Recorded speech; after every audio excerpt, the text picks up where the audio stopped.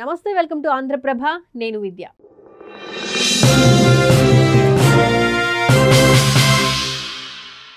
ఉత్తరప్రదేశ్లోని అయోధ్య రామాలయంలో గురువారం మరో అద్భుత ఘట్టం ఆవిష్కృతమైంది. రామమందిరం మొదటి అంతస్తులో రామ్ దర్బార్ ప్రాణ ప్రతిష్ఠ కార్యక్రమం అత్యంత వైభవంగా జరిగింది. వేద మంత్రోచ్చారణ, హవనం తదితర కార్యక్రమాల మధ్య దర్బార్ ప్రాణ ప్రతిష్ఠ కొనసాగింది.